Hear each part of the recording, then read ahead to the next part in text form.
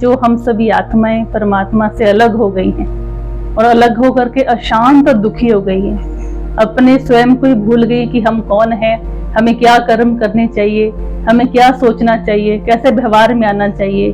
तो जीवन जीने की जो कला है जो भूल गए हैं, तो परमात्मा पिता हमें श्रेष्ठ जीवन जीना सिखाते हैं।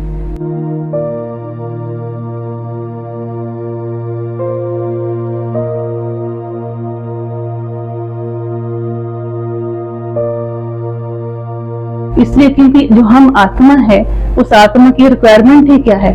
सुख, शांति, प्रेम, आनंद, पवित्रता, जिसका सागर परमात्मा है।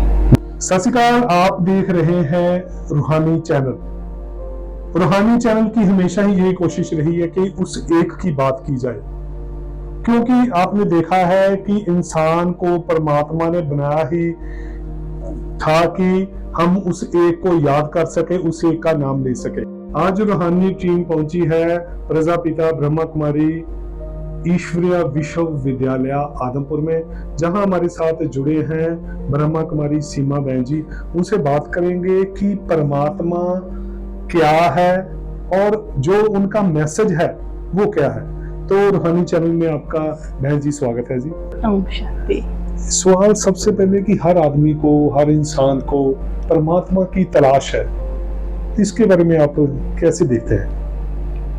देखो, सच्चाई तो ये है कि परमात्मा ही हमारा सच्चा माता है, सच्चा पिता है, सच्चा बंधु है, सच्चा सखा है। चाहे रिश्ते हमने देह के यहाँ बनाए हैं, लेकिन हम एक आत्मा है जो परमात्मा की संतान है। तो जब तक वो परमात्मा से उसको शक्ति नहीं मिलेगी, सुख नहीं मिलेगा, शांति नहीं मिलेगी, तब तक यहाँ भटकती रहेगी। चाहे वस्तु में ढूंढ रहे हैं वो चीजें, वो सब नहीं मिल रहा है। हम सब कुछ हर चीज अपने पास लाने की कोशिश कर रहे हैं, व्यक्ति ने बहुत कुछ जुटा भी लिया अपने पास, लेकिन फिर भी खालीपन क्यों है? इसलिए क्योंकि जो हम आत्मा है, उस आत्मा की रिक्वायरमेंट ही क्या है? सुख, शांति, प्रेम, आनंद, पवित्रता, जिसका सागर परमात्मा है।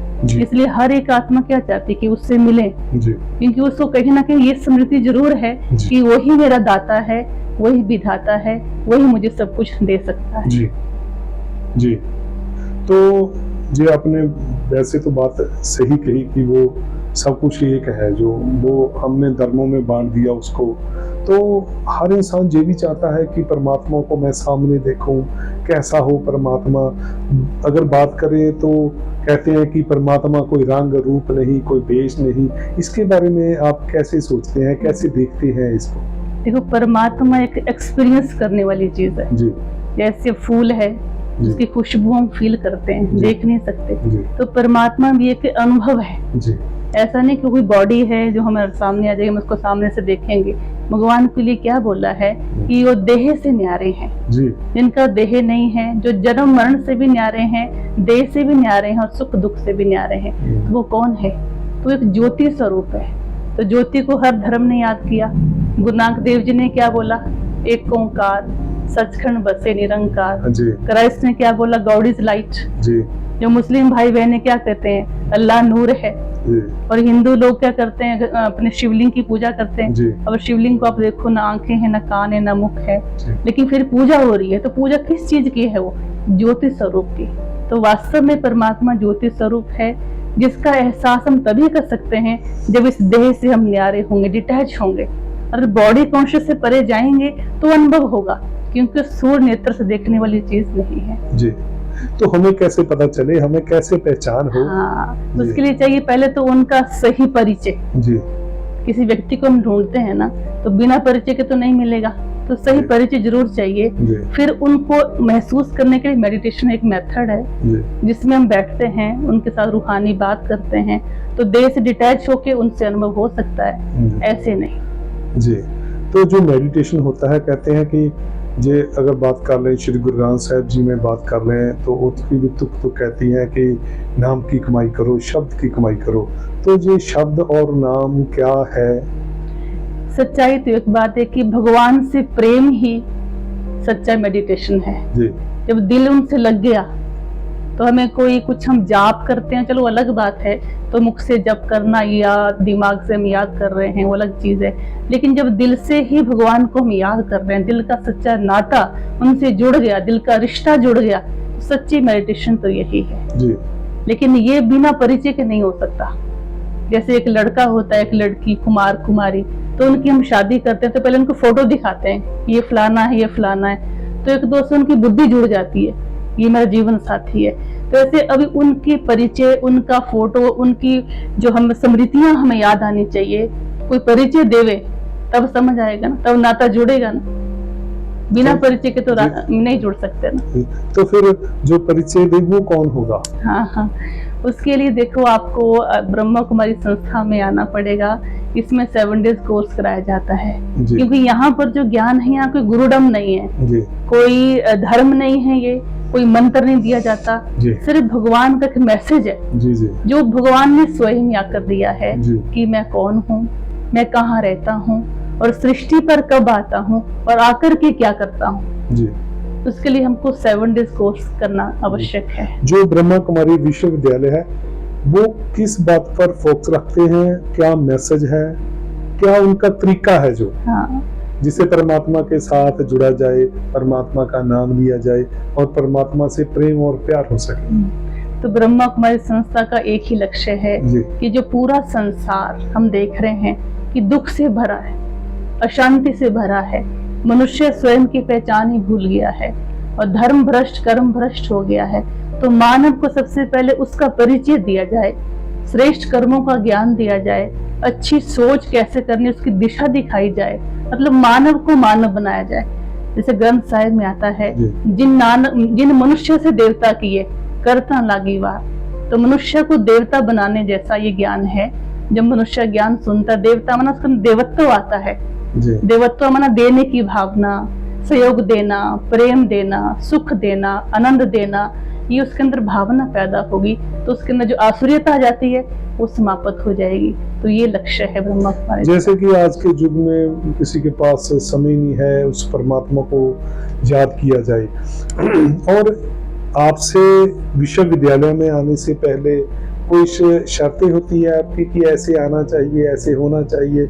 यहाँ कोई शर्त नहीं है जी। तो यहाँ पर आने के लिए किसी के लिए कोई बंधन नहीं है और ना ही कोई फीस है। मतलब कोई भी आत्मा किसी भी धर्म की है, छोटा है, बच्चा है, बूढ़ा है, जवान है, सभी आ सकता है, क्योंकि हर एक आत्मा उस पिता का बच्चा है। तो उस पिता के बारे में जानना हर एक का हक है, कोई भी आ सकता है जी। तो जैसे कि सभी धर्मों में बताया जाता है कि परमात्मा बाहर नहीं है, परमात्मा अंदर है, तो ये कैसे देखते हैं? सबसे पहली बात ये है कि परमात्मा अगर हमारे अंदर हो तो आज मनुष्य इतने पाप करेगा, ठीक है ना। और बाहर की बात भी नहीं है कि बाहर किसी व्यक्ति में है, अगर सबके अंदर परमात्मा हो तो क्या मनुष्य इतने भ्रष्ट कर्म कर सकता है? मनुष्य कभी अशांत हो सकता है ना। तो जो भी हमारे धर्म गुरु है, धर्म स्थापक, उन्होंने हाथ कैसे किया? ऊपर। अच्छा।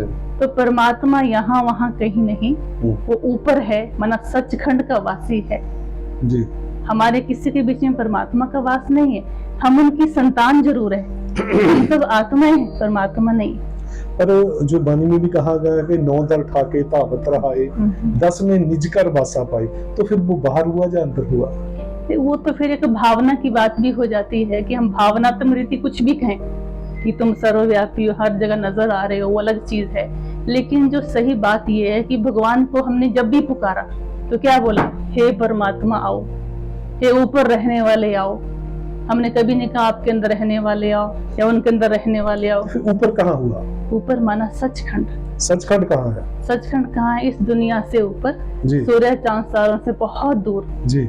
जैसे ब्रह्मांड से भी ऊपर, ब्रह्म लोक, पार ब्रह्म परमेश्वर। आरती में बोला ना, तो पार ब्रह्म परमेश्वर तू सबका स्वामी। जैसे आपने बताया कि ब्रह्म का ऊपर है, सचखंड ऊपर है, तो उसके जाने के लिए फिर हमें मेडिटेशन अंदर करना पड़ेगा। हाँ बिल्कुल। मेडिटेशन कैसे करना पड़ेगा? वो तो एक उड़ान है, आत्मा की उड़ान है। फिर करना तो अंदर ही पड़ेगा। हाँ नहीं, अंदर तो मीन्स तुम जहाँ आत्मा तो अंदर ही बैठी है ना, जिसे 10वां द्वार कहते हैं। हाँ, आत्मा तो अंदर ही बैठी है ना, तो अंदर से ही हम उसको याद करेंगे जी। पर ये नहीं कि वो हमारे अंदर है जी जी। आत्मा हम हैं जी, वो परमात्मा है अच्छा, वो परमात्मा हम आत्मा है जी आत्मा परमात्मा का बच्चा है। जी। परमात्मा अलग है, आत्मा हम अलग है। पर कई तो संत महात्मा ने कहा कि आत्मा और परमात्मा के बीच मन है। हाँ, तो वो तो चलो कहने को कुछ भी कहें, हम बातें बहुत सारी आ जाती हैं। अच्छा। लेकिन जो परमात्मा का मैसेज है जी उन्होंने क्या कहा कि मैं तुम सभी आत्माओं का पिता हूँ। हर एक आत्मा ने इशारा ऊपर ही किया। गुरु नानक देव जी ने ऐसे किया, क्राइस्ट ने ऐसे किया, और जो मुस्लिम भाई बहन उन्होंने भी ऐसे किया। माना ऊपर ही, जब हमारी स्मृति में ऊपर ही जाती है। आप सोचो कभी कुछ हो जाए तो क्या बोलेंगे, ऊपर वाले की मर्जी है। जी। हमने कभी नहीं कहा कि नीचे वाले की मर्जी है, अंदर वाले की मर्जी, ये अंदर वाले की मर्जी है, जी। बाहर वाले की मर्जी है, ऊपर वाले की मर्जी है। जी। तो ऊपर माना परम धाम, माना सचखंड।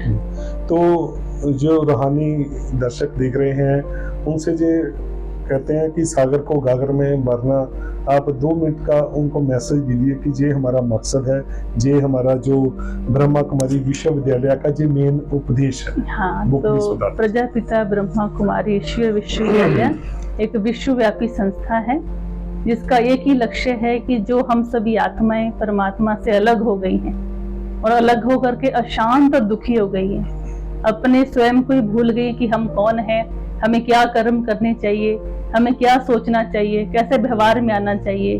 तो जीवन जीने की जो कला है जो भूल गए हैं, तो परमात्मा पिता हमें श्रेष्ठ जीवन जीना सिखाते हैं, अच्छा जीवन जीना सिखाते हैं। तो हम सभी तो यही चाहेंगे आप सभी भाई बहनों से कि आप अवश्य ही 7 डेज कोर्स जरूर करें और उस पिता के बारे में सत्यता क्या है उसको जानें कि सत्य रूप में वो कौन है और वो हमें इस समय क्या मैसेज दे रहे हैं और हमें करना क्या चाहिए, इस विश्व का परिवर्तन किस तरह से हो रहा है और ये समय कौन सा चल रहा है। आप सभी को बता देते हैं कि ये समय बहुत ही नाजुक है, अंतिम घड़ियां चल रही है। इस समय हम परमात्मा को यदि याद कर लें तो अंतमति सुगति हमारी बहुत अच्छी हो सकती है और भगवान की याद में हम रहेंगे तो हमारा पूरा जीवन सुख में हो सकता है। ओम शांति। तो ये थे ब्रह्मा कुमारी सीमा बहन जी जिन्होंने बताया कि परमात्मा से प्यार और प्रेम कैसे किया जा सकता है, कैसे परमात्मा को पाया जा सकता है। तो बहन जी आपका बहुत धन्यवाद कि दर्शकों का आपने बहुत अमूल्य विचार बताए। तो दोस्तों हमारी यही कोशिश रहेगी कि रूहानी चैनल में आपको और अच्छे अच्छे प्रवचन सुनाए जाए। तो फिर और प्रवचनों के साथ जल्द मिलेंगे। तब तक के लिए सिकंदर राजा को दे इजाजत। धन्यवाद।